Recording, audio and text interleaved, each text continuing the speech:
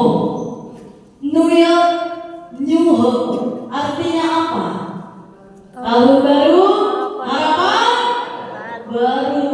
Mungkin di tahun kemarin kita masih punya harapan yang belum dijawab Tuhan.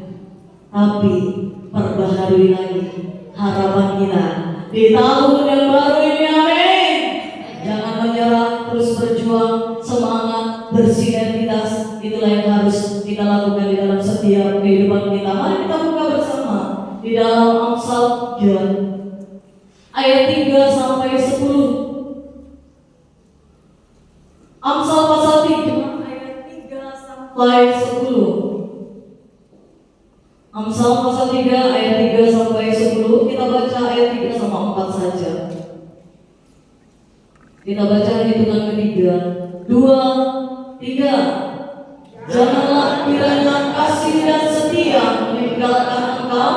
Kalungkanlah itu pada lehermu, tuliskanlah itu pada loh hatimu, maka engkau akan mendapat kasih dan penghargaan dalam pandangan Allah serta manusia. Puji nama Tuhan. Haleluya. Haleluya. Ayat ini tidak berhenti hanya di sini saja, karena ini masuk dalam poin bagian yang pertama.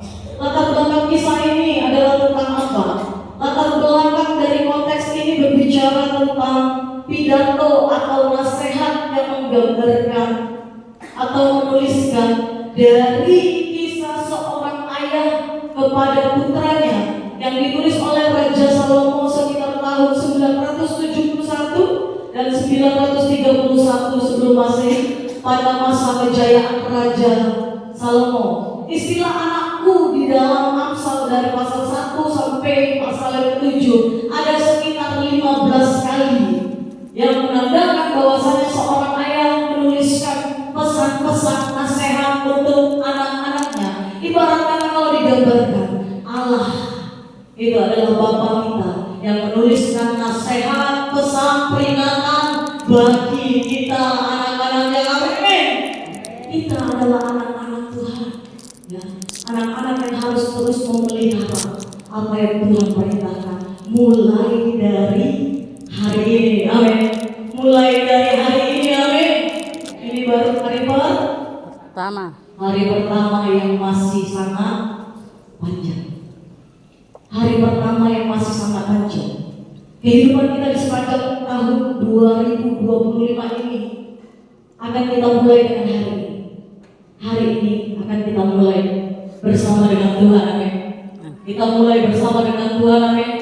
Supaya di sepanjang tahun 2025 kita mampu, kita kuat, kita semangat, kita sehat, kita terus mau berjalan dan tidak ada yang terus mengeluh di dalam menjalani kehidupan, tapi terus bersyukur menerima kebaikan-kebaikan Tuhan. Apapun yang terjadi, yang puji-pujian tadi, kita mampu melewati bersama dengan Tuhan. Amsal pasal 3 mengajarkan pentingnya mengasihi dan setia kepada Allah serta mengandalkannya dalam segala hal, dan juga menekankan kita harus hidup takut akan Allah di sepanjang tahun 2025 ini dengan kunci untuk menjalani kehidupan yang benar. Kita mulai di hari ini. Ini masih pukul berapa? Masih pukul 11 siang lewat 15 menit. Kita akan mengakhiri hari ini dan Tuhan menandai kita semua. Oh, ini anak-anakku yang takut akan Tuhan, yang melalui hari ini, yang mau melewati hari ini dan menaruh hidupnya hanya ke dalam tangan Tuhan. Apa yang menjadi kunci kehidupan yang harus kita lakukan pada tema hari ini, di tahun baru dan harapan yang baru di tahun 2025 ini? Ayatnya semua yang ada di pasal 3 ayat 3 sampai dengan ke-10. Itulah poin yang harus kita renungkan, yang harus kita jalani, yang harus kita pelihara hingga kita mampu melewati seperti 2024 kita mampu melewati, kita masuk di hari ini, dan 2025 kita lewati juga dan masuk ke 2026 dan seterusnya. Apa yang menjadi kunci? Saya hanya hari ini mengingatkan lagi kepada Bapak Ibu semuanya, karena hal ini tidak gampang, ya. Tapi kalau kita percaya kepada Tuhan, saya tidak percaya kita dimampukan semuanya. Yang pertama, kunci yang pertama untuk menghadapi semuanya ini di tahun 2025. Yang pertama yaitu tetap Setia. tetap Setia. boleh angkat tangan yang setia kepada Tuhan. Perempuan, boleh angkat tangan yang setia kepada ini iman loh.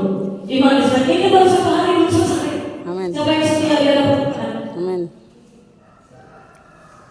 Siapa yang mau setia di hadapan Tuhan? Amin. Sudah bersyukurnya. Amin. Puji Tuhan. Kalau saya tanya siapa yang setia, masihlah setengah-setengah tangan. Seperempat. Maju mundur.